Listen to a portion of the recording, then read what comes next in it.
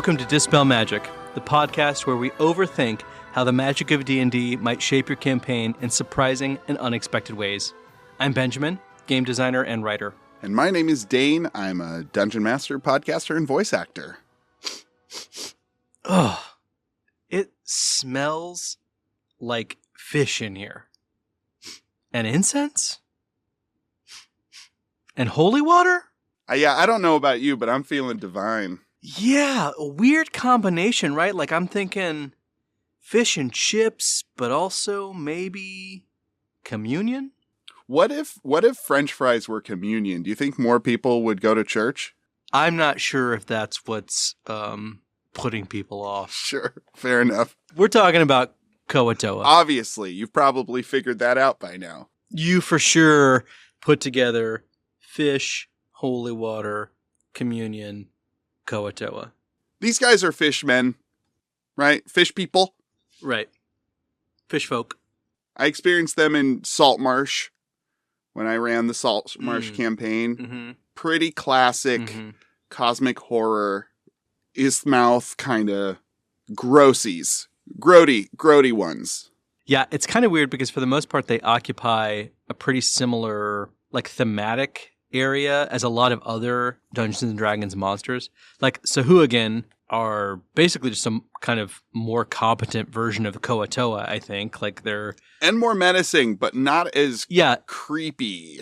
I guess. Yeah. It's really strange because Kuo-Toa feel like they have a very weird niche where it's like there's a lot of thematic overlap with a lot of other monsters, but then there's a kind of cosmic horror aspect to them. But the cosmic horror aspect is also all by association with H.P. Lovecraft. Right. So it's kind of grody. I mean, it's weird. Grody in both execution and in basis. Not like the Lokatha, which are the cute versions of these. I have no idea what you're talking about. There are these fish people that are like catfish people. They're called Lokatha, and they keep seals as pets, and they're pretty cool. They're kind of the good version of this. But these guys are a little problematic.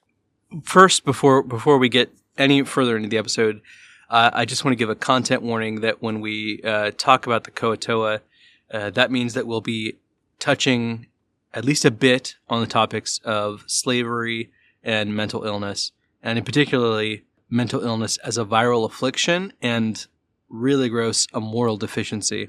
If those are topics that you don't want to hear about, I recommend you skip this episode and join us again next time. It's pretty gross to have sentient races of humanoids whose entire backstory is they were literally all slaves. And this is, to an extent, an inevitable offshoot of a general problem in D&D, where you have a multiverse, but you always contextualize a people within one specific circumstance or one specific culture. It doesn't make a lot of sense, and it definitely feels reductive at best. Yeah, I mean, when I was reading the monster manual thinking about this episode, the question that kept coming up in my mind is, because it describes them as like being, I think, enslaved by, like the entire race was enslaved by mind flayers. And it got me thinking, well, in what world? Because certainly not in every single world in the entire multiverse did that happen. D&D is not very good at creating that kind of nuance of like, in this setting, this is true. It just kind of throws out these kind of broad ideas about what Kuo-Toa are and how they would be contextualized in whatever setting. So settings kind of have to adapt to that lore instead of vice versa, which would make more sense. Well, in a way, you kind of have to be pretty broad with these things for DMs to incorporate them, because if they're hyper-specific, then they're probably not going to want to rejigger the whole thing. I would argue that this is hyper-specific, though. Like this is hyper-specific that like if you want to put Kuo-Toa into your game, they had to have been dominated. Yeah. Yeah, right. So like maybe going forward, it's more of a priority for the core team to be more aware of issues like this, but I do think it would be more interesting to at least see like alternative ideas about how the Kuo-Toa came to be the people that they are that didn't involve that particular background. Well, and nothing about them screams mind flayer, right? Like you can You can use the aspects of them and connect them to mind flayers, but it doesn't necessarily have to be intrinsic. Right. I agree. And I think that kind of gets to the other thing that I think about that's maybe even, I don't know, they're both really big issues, but it's equally or more gross to suggest that trauma can drive an entire race of people insane and that their insanity would be inheritable, transmittable, and morally destructive. Because in the Monster Manual, Kuo-Toa are neutral evil, and that's sort of the fiction that precedes the stat blocks sort of repeatedly suggests that their depraved behavior is a result of their collective madness, which is pretty gross. Reductive at best. The first thing I thought of when I first saw these creatures was H.P. Lovecraft. Right off the bat, they look like fish people from those stories, especially with the madness aspect. You know, Right. You're going to get into Cthulhu. It's pretty obvious where, if you know H.P. Lovecraft, then it's pretty obvious where these were drawn from. I think it's one of those situations where maybe they thought because we're drawing on a well-known, appreciated in some circles author, it would be okay for us to describe madness in this way and to kind of marry madness and when we say madness, I think we're really talking about psychosis, psychotic symptoms, to marry psychotic symptoms and kind of abnormal morality. But I just think it's all bad. It's not good. It is all bad. It's all bad. It's not good. It's not good. And I hope that they do better in 6e. And that's not even talking about the inherent racism in H.P. Lovecraft's works that probably filtered into this. So, you know. Yeah, I mean, I don't think that there's a lot of H.P. Lovecraft's well-documented over racism showing up in the Kuo-Toa. It's hard to say. It's a complicated thing. H.P. Lovecraft was racist. Anyway, there are actually interesting components of the Kuo-Toa that we should get into. But first, the stat blocks. Ah, yes. The stat block. The Monster Manual includes 3 stat blocks for the Kuo-Toa. There's just a regular one, generic brand Kuo-Toa. There's an archpriest, which is basically a cleric. There's a whip, basically a paladin, and a sidebar about monitors, which seems to be in line with monks. And they're all incredibly boring. There's nothing interesting at all about any of those stat blocks. Except with the slight exception of a trait called otherworldly perception, which allows them to see invisible beings and beings on the ethereal plane, which sort of hints at the entire reason why we're talking about these guys. Because so far, I think we've talked a lot about why they were ill-advised to be introduced in the game at all. But there is an interesting component that we're going to be talking about soon, and otherworldly perception is kind of a hint at that. Quoting from the Monster Manual, Kuo-Toa worship gods of their own insane creation. But if enough Kuo-Toa believe that a god is real, the energy of their collective subconsciousness can cause that god to manifest as a physical entity. The form a Kuo-Toa god takes depends on inspiration for its divine image, and is usually random or nonsensical. And then later, they describe an archpriest's mad belief in its god is so fervent that it manifests the powers of a high cleric. The archpriest can also bestow spells to devout underlings called whips. That's pretty potent. Yeah, there's a few interesting things there that don't get articulated very well, like in terms of like how they would play out mechanically. But before getting into that, I do want to say it's an interesting example of the design intent and goals of D&D as a game, that the stat blocks to these creatures are very well defined. But if you look beyond the stat blocks and read the kind of fiction blurbs before that, they have the ability to create gods, and that's not explained at all. Like how that works is not explained. Like the number of Kuo-Toa that need to worship. Like there's no guidelines for that at all. But like if you want to know how to fist fight them, like you're in luck. But if you want to know how they create gods, it's really blurry. I think this goes back to 2 things. One, the necessary vaguity to give DMs the ability to make it their own, right? So they are giving seeds of ideas and then run wild with it, right?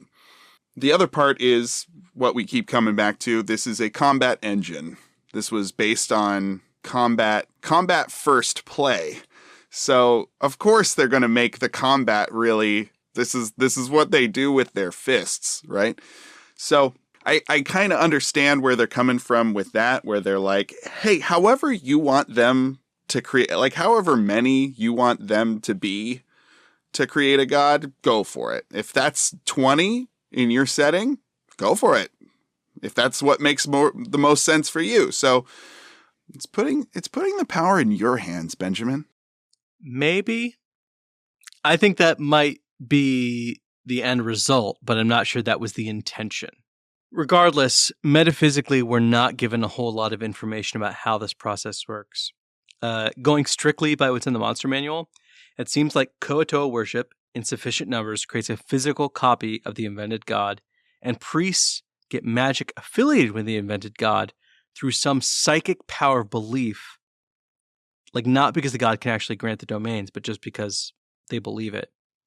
But the physical copy of the invented god is not necessarily a divine being. So that's, if we're just looking at the fictional introduction of the Kuo-Toa in the monster manual, that's sort of what it suggests. But if you look a little bit deeper, there's a different quote in the Kuo-Toa write-up that says that Blib Dul Pulp, nice job, thank you, was a goddess invented by the Kuo-Toa, and the player's handbook also identifies her as a goddess. So it seems like the worship of Kuo-Toa doesn't just create a physical replica of a kind of imagined divine being, but actually creates a divine being that's capable of imparting their domain beyond their Kuo-Toa creators. Earlier, we talked about how it was the archmages that could get fervent belief riled up, and that's what grants the powers to the whips, and not this physical manifestation, right? So there's kind of a disconnect there, too. Where is it the power coming from Blip Dul Pulp. Did I get it? You got it. Nice. In any case, this is obviously where the meat is. Right. Right. The Kuo-Toa reverse the normal order of religion, both in fiction and in real life. It's not that the gods are creating and choosing their worshippers. It's that the worshippers are creating and choosing their gods. So let's imagine for the time being that the monster manual is correct, that there's this incredibly problematic premise that the Kuo-Toa are too, as a whole, mentally unstable to make a kind of concentrated, directed use of their ability to create gods. Where does that leave them? Leaves them as the belle of the ball, Benjamin. In any D&D setting, who wouldn't want the ability to create gods by proxy, right? I want to do that right now. Yeah. I mean... God of podcasting. Make this podcast real good. Yeah, that's true. That would be helpful. I worship at the altar of Mark Maron. Lock the gate! You would call him the kind of apex of podcasting? I didn't say apex. I said God of podcasting. Okay, my apologies. I did not mean to put words in your mouth. So, going back to the Kuo-Toa, there will of course be those that try to coerce the Kuo-Toa into belief in a deity under a threat of violence. But I think there's many, many more examples, especially from the kind of ranks that player characters will draw from, of humanoids that are going to use diplomacy, negotiation, cultural exchange, or espionage to get the Kuo-Toa to create deities that are amenable to their goals. Hey, believe in this thing. It'll help me out. I really need this hyper-specific god to exist so that I can do this hyper-specific thing. Yeah, so exactly. So I think when you first think about it, it sounds completely implausible. It sounds like, well, why would the Kuo-Toa just go along with this idea of this deity existing? But if you think of like a kind of Truman Show type of scenario where you are just working to convince someone something is real long enough for them to get to some end result, then it becomes a lot more plausible. And also, if you just look at a real world history of religion and theology, people abandon beliefs. They come to believe in new gods. Through exactly the reasons that you stated here. Threat of violence is a big one in history, for sure. That's true, yes. But what I mean is, if we look at the real world history, you don't need absolute proof to get someone to believe in a deity or to believe in a god. So you don't need absolute proof to get the Kuo-Toa to believe in a specific god. So if you want to create a god, there's some kind of psyops type of stuff you might have to do. Providing absolute evidence is not one of them. And what is absolute evidence to these people? It's stated that they're mentally unstable. It's either you can't convince them of anything that doesn't come from them, or maybe they're super easily manipulated because they don't know what to believe or want to believe in whatever you're putting forward. I think the dream spell would be very useful in this context. Just inception them into making the gods you want. Right. I think dressing up as a archmage, using some disguised self, using some minor illusion, start ranting and raving and proselytizing. Yeah, I think as a high-level spellcaster, if you wanted to create a divine version of yourself, it would be very easy to just wear a costume or use illusion magic to create a worshipable version of yourself to the Kuo-Toa and handle it that way. That is very interesting. Is this a path to becoming a deity yourself? Could you convince them to make a god shell that is able to transfer your own consciousness into it? I don't think anything in the stat blocks or in the description of of Kuo-Toa or in the history of D&D suggests that would be true. But I like the potential conflict of you creating a god based on yourself, but then it's its own separate thing, kind of with the twist of whatever the Kuo-Toa also believe about it. Right, because it would definitely come out not quite what you want. Right, exactly. So it's always kind of like a gambit of like, okay, I generally want a person who's like helpful and doing good things, but then the Kuo-Toa also think like eating babies is good, so maybe it's sugar babies. Maybe it's just like candy or something. I don't know. What Benjamin, what god would you create? I actually did spend some time thinking about that. Yeah. Ahead of time. What'd you come up with? You come up with anything? Anything juicy? I worry that my answer is not sufficiently different from being a druid cult leader. It all comes back to Benjamin's mad grab for power. Not necessarily that I would want to control, but like, what if you could create your own ideal deity? I think you'd create a deity who made life so simple and easy that you could just pursue the things that you cared about. So I guess if I were trying to get the Kuo-Toa to create a deity, I'd want them to create a deity of fertility and abundance, somebody who kind of made all of the necessities of life a bit redundant so that people could go off and if they want to be a writer, go be a writer. If you want to be a musician, go be a musician. If you want to actually just be a parent, go be a parent. It's really nice. I don't know. What about you, Dane? Red vines. A god of red vines. Yeah, the god of red vines. I think that'd be pretty fun. Like, I don't know, like it would grow red vines and like they were regular vines. Like Red Vines, the brand? Yeah, like the candy. Like god of red vines. Okay, so not even red licorice, but specifically red vines. Yeah. And like the pot, like, the Are big you getting a cut? buckets, the big buckets of red vines. No, I mean, I'd probably get some red vines. Do you have some specific relationship with red vines that I don't know about that you're going to cash in on from this episode being released? I mean, if you've tasted the fresh flavors that red vines have to offer, then not just red, but blue and like sour green apple, then I think you too would want god of red vines. They're a delicious treat. I'll be honest, Dane, I kind of like Twizzlers, so podcast is over. I cancel the podcast. No more podcast. I like red vines, but I also like Twizzlers. And so what I'm saying is, if you have a Twizzlers deal, you need to tell me about it because I need to take a break. This is a partnership. I need 5 minutes. Listeners, please give us 5 minutes.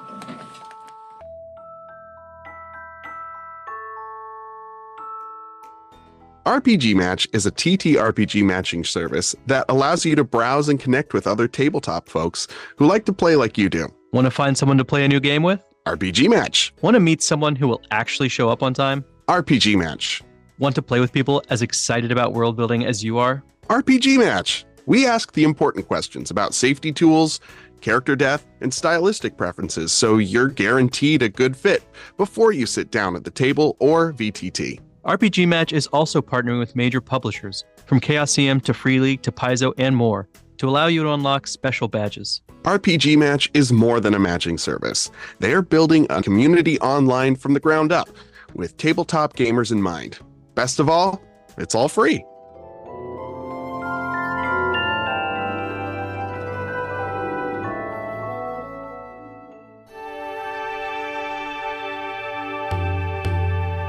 Tired of dutifully worshiping the gods only to have your prayers go unanswered? 6 hours of chanting and all I got was a sore throat and cows that just won't make chocolate milk! Fed up with abiding by burdensome moral laws handed down from on high? Ugh, I have to wash my feet again? I'm still pruny from doing it before the ceremony. Sick of making offerings to the divine only to receive no blessings in return? A whole barge of incense, up in smoke, and my husband still lost at sea. Here at Golden Cradle, we're re-innovating your relationship with the divine. When you give praise, you deserve miracles. And that's where we come in. The old gods want your worship, but they aren't willing to compensate you, and that's bad. Bad and wrong. Instead of throwing away your valuable prayers on some crusty divinity that was around at the dawn of creation, let us generate a custom god to your specifications. At our state-of-the-art Kuo-Toa nurseries, we produce gods willing and able to pony up for your praise, so you never have to go without again. Contact one of our agents by Magic Mouth today and discover why we say, we don't believe in gods, we believe in you. Golden Cradle. Your prayers answered.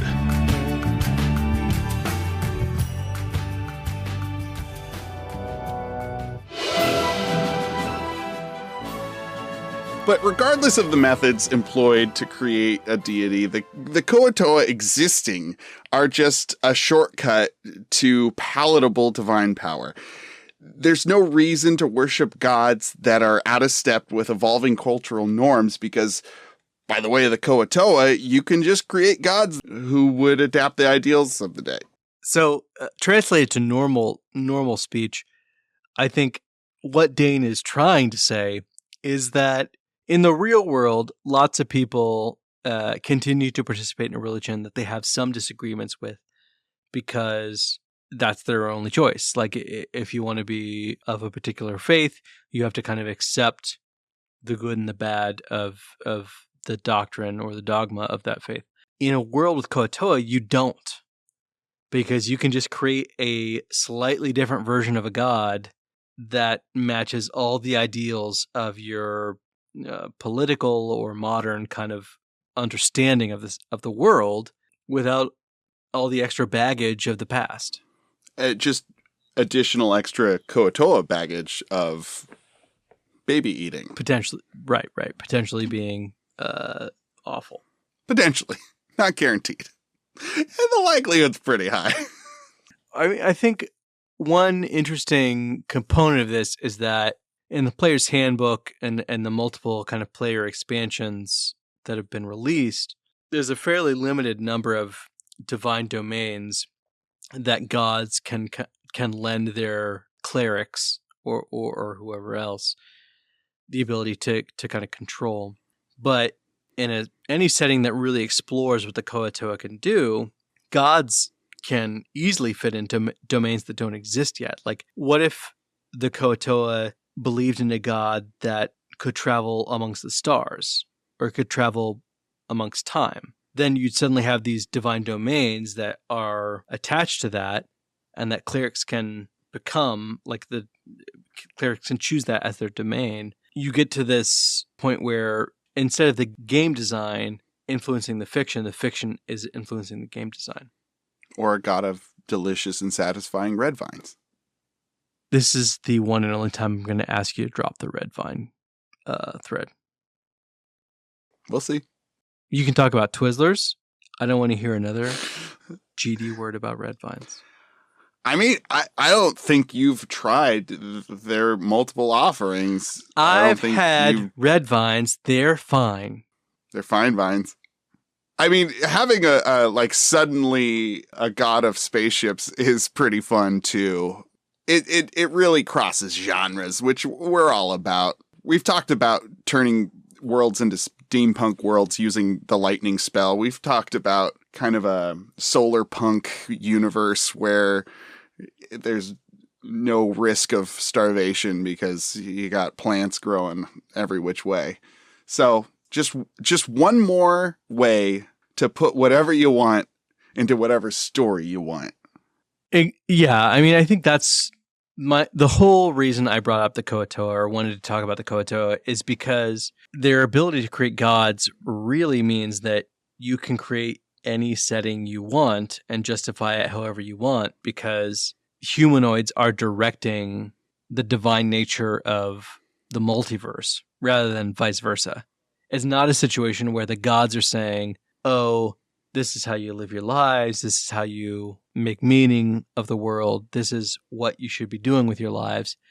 It's people who are saying, this is what's important to us. Yeah, this is what's important to us. This is what the meaning of life should be. This is what kind of the arc that the multiverse should bend towards. Creating their own reality. Right. I mean, I think that's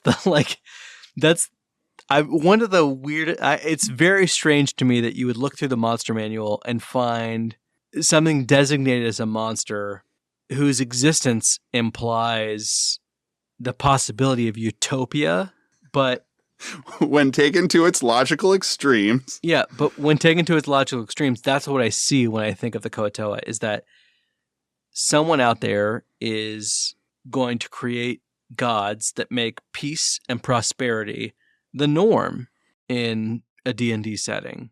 And ostensibly, if you have enough time, you could work with the Kuo-Toa on the inherent pitfalls that they carry. Who knows what you can do with, cogent, cohesive groups.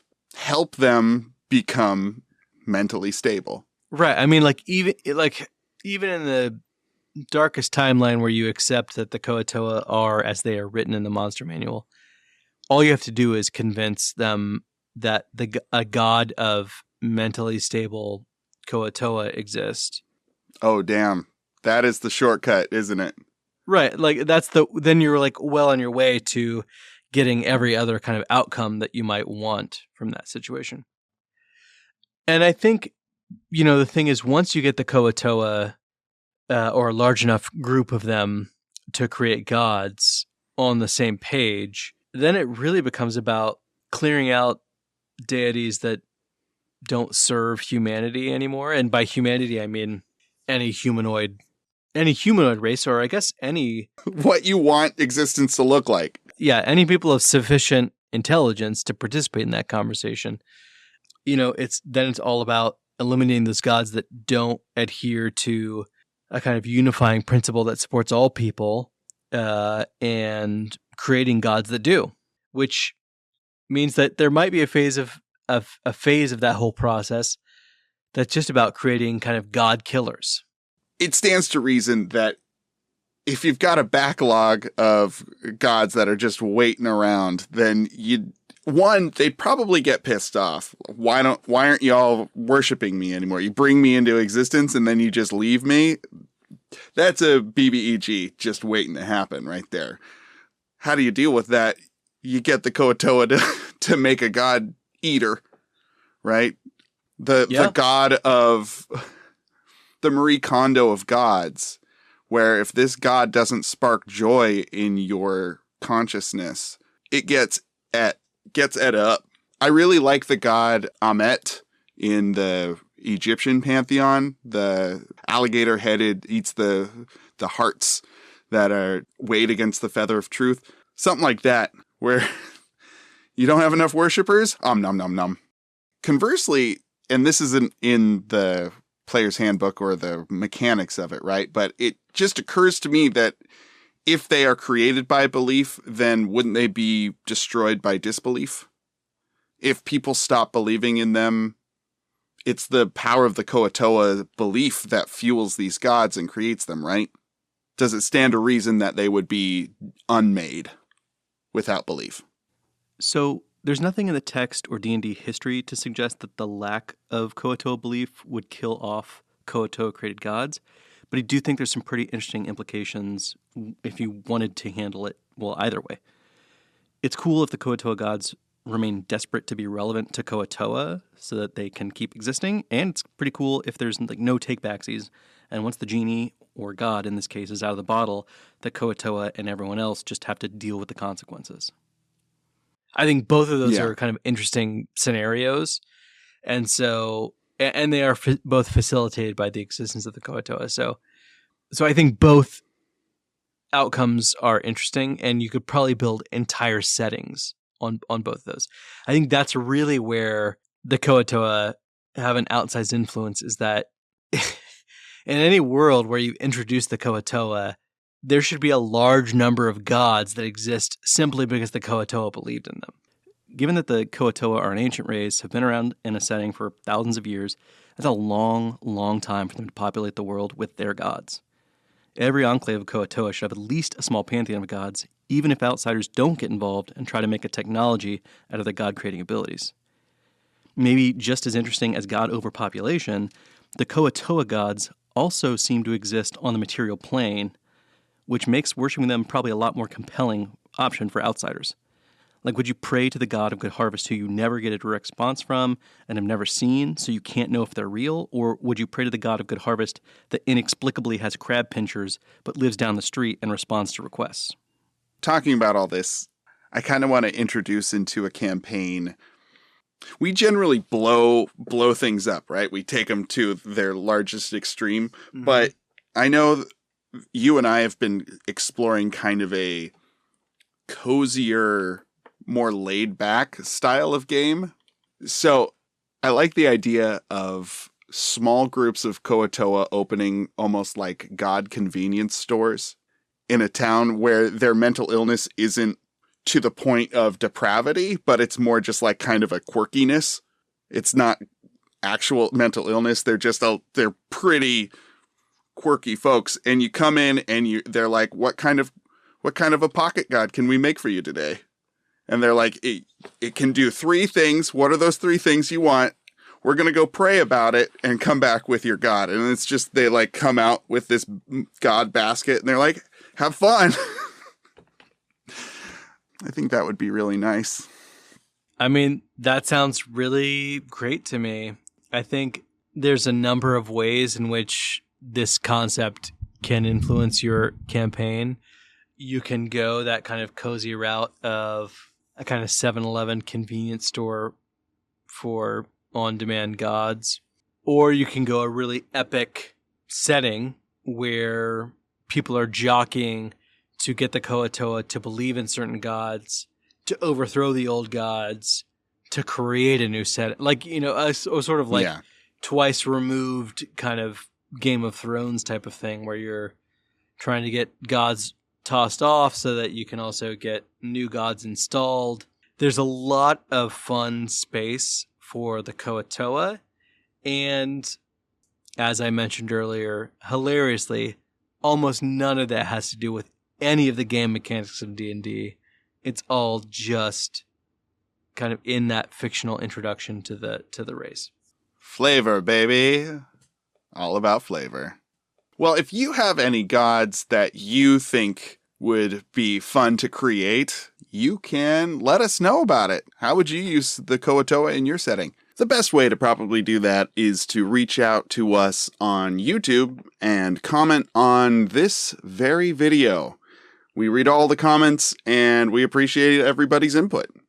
And right before we head out, I'd like to do a little shout out. I've been participating in an actual play channel on YouTube. So if you like this Cthulhu-y kind of stuff, I'm playing Call of Cthulhu on Quests and Chaos every Saturday on YouTube.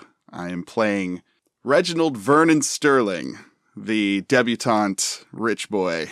Come on over, check us out. Thanks so much for listening. We'll see you again after your next long rest.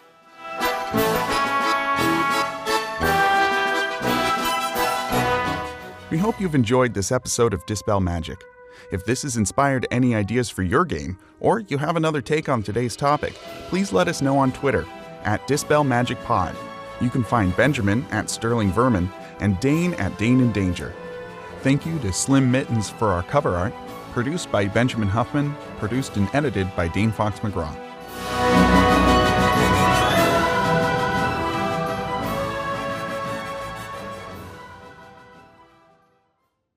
Kuo-Toa. Kuo-Toa. Blip dib-lip bloop bloop. Blip do lip poolip. Blip-a-da. Blip do lip poolip. Kuo-Toa. Ka-o. Ta-o. Ah. Blip do plop. Let's try and say it at the same time. 1, 2, 3. Blip dip dool plop. ploop ploop. Mm-hmm. Nailed it. That's right.